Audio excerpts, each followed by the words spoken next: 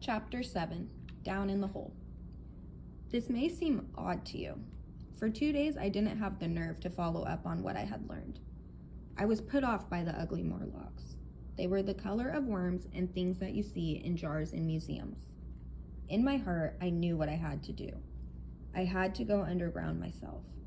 It was the only way I would find my time machine. Instead, I continued to explore this new land. I walked for miles for 2 days. On the second day, I saw a big building far away.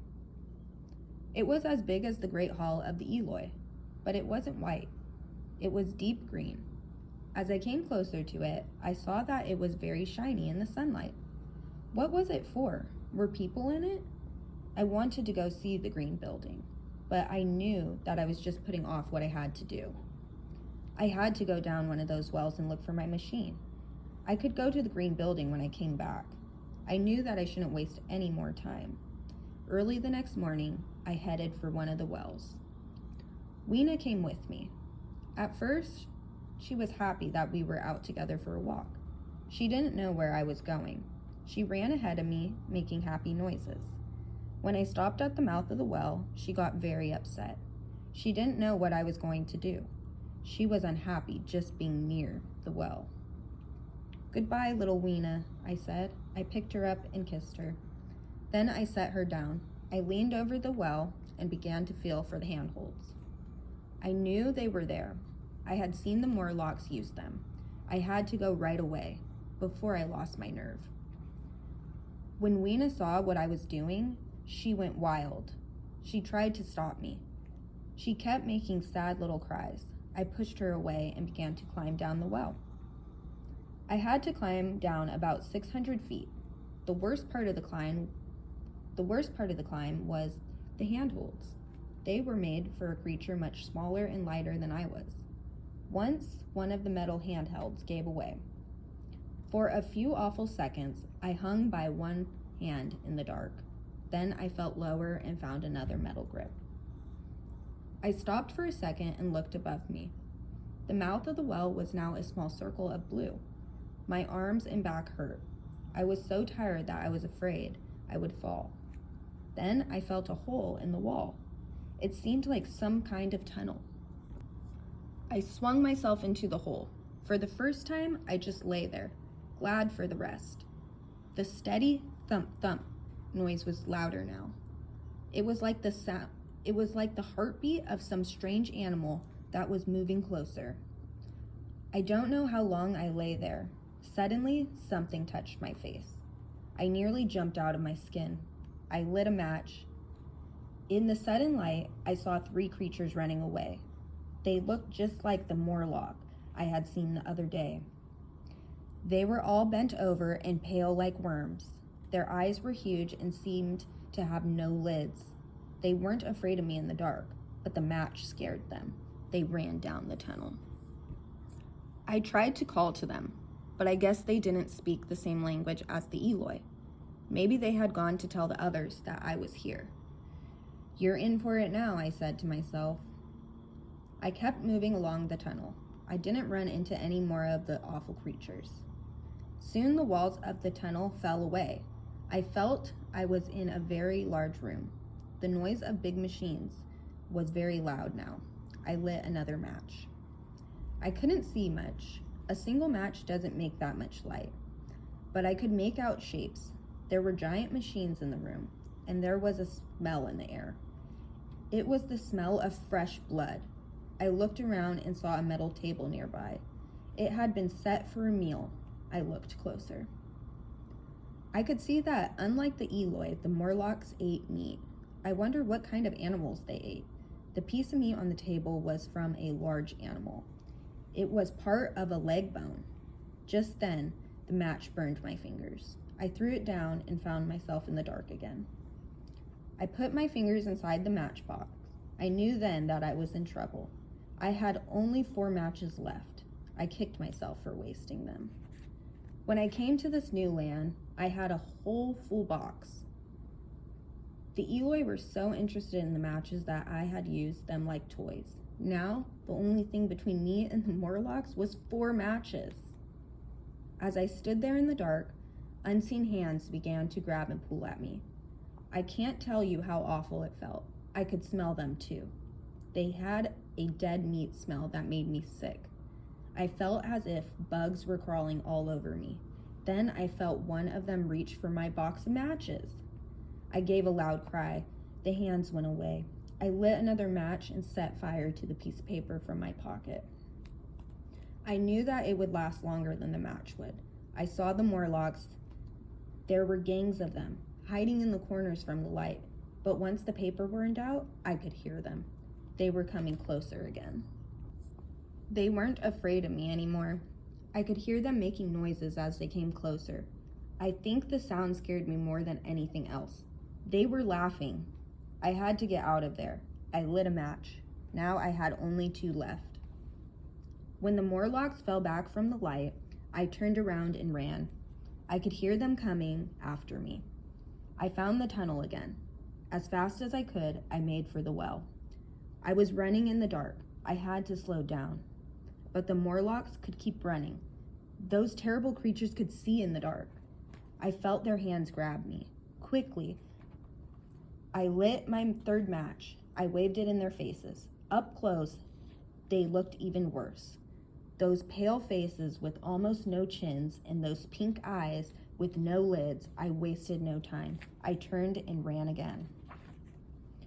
I made it to the place where I had climbed down. They were close behind me. I was trying to find the handholds when they grabbed me. I nearly died of fear. I took out my last match. Just as hands grabbed my leg, I was being dragged back into the tunnel. Somehow I lit my last match. But I had forgotten something. It was windy inside the well, and the same wind that blew inside the well blew out my match. I had one hand on a handhold. A Morlock had hold of my foot. Somehow I pulled myself up. The Morlock wouldn't let go. I prayed that the handhold wouldn't come out of the wall. I pulled up hard, kicking wildly. My shoe fell off my foot. I was free. I climbed quickly like a monkey. I could hear one of those Morlocks right behind me. I climbed faster. When I reached the top, the Morlock gave up. The bright light of the sun stopped him. I crawled over the edge of the well and fell onto the ground. I think I passed out. When I came to, Weena was kissing my face. She was making little cries of joy. I guess she had thought she would never see me alive again. I shook inside. She had almost been right. Chapter 8, The Green Palace. Now I knew I was in trouble. My machine was below ground, so were the Morlocks. To make things worse, I had no more matches. I had nothing to use to scare the Morlocks, and I had no weapon to fight them. Each night, the moon was getting smaller. Soon, there would be night without a moon.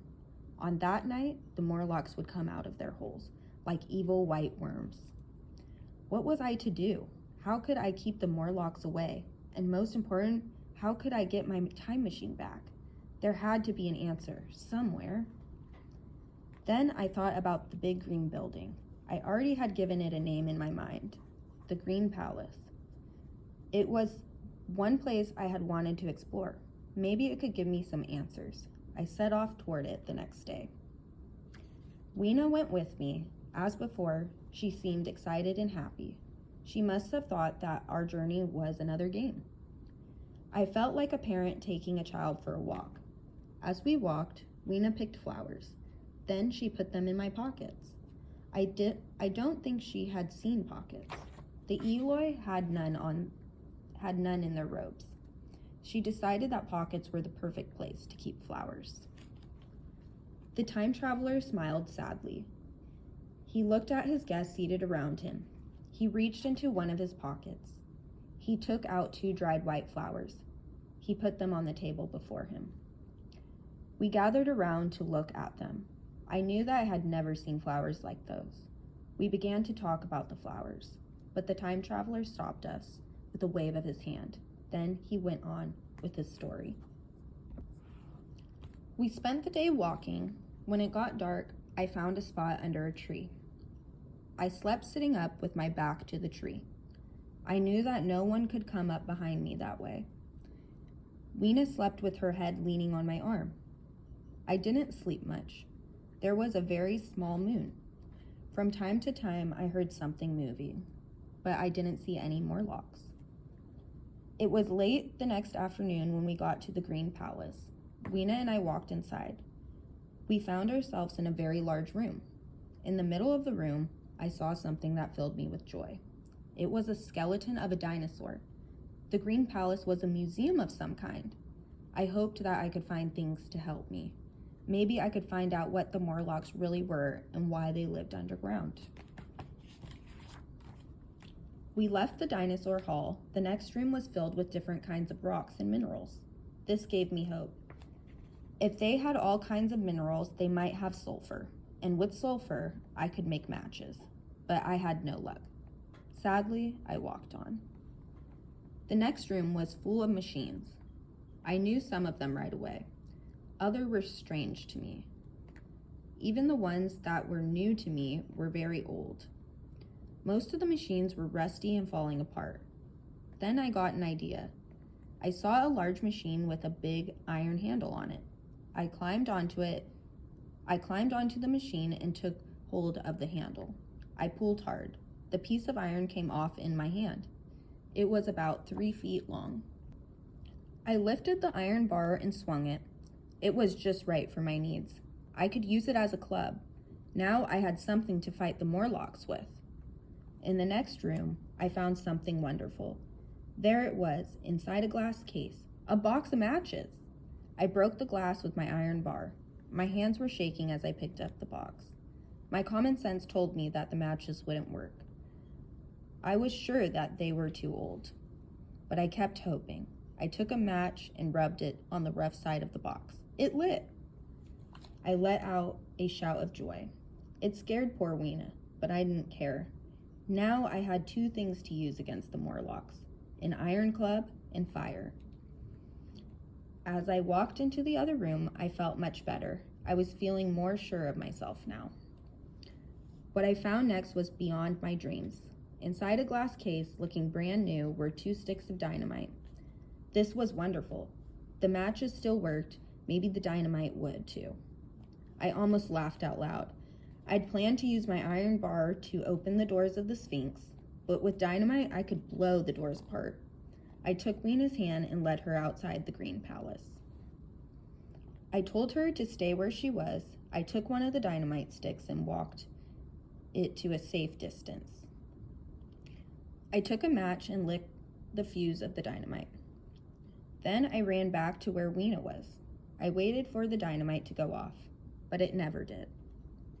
When I went back to where I had put the dynamite, I picked up the stick. Then I looked closer. Of course it didn't work. It was fake. It had to be. No one would put real dynamite in a museum. When real dynamite gets old, it becomes very dangerous. A small tap could set it off. Weena and I went back into the Green Palace. I finally found some guns, but they were all rusty and wouldn't work. Then I found some other guns that were still shiny, but there were no bullets for them. I spent the next few hours going through the museum. I did find some books, but when I touched them, they fell to dust. My last chance to find out about the Morlocks and Eloy was gone. I sadly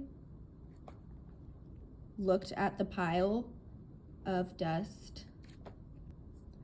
This was all that was left of thousands of years of learning. I knew that the Eloy could not read. Maybe that was the saddest part of all. I kept on walking through the museum.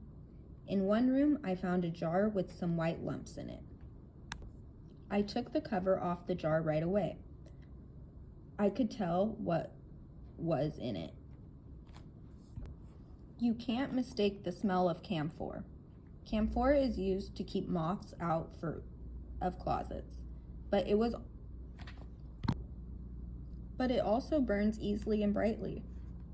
What I found was almost a firebomb. I put the jar in my pocket.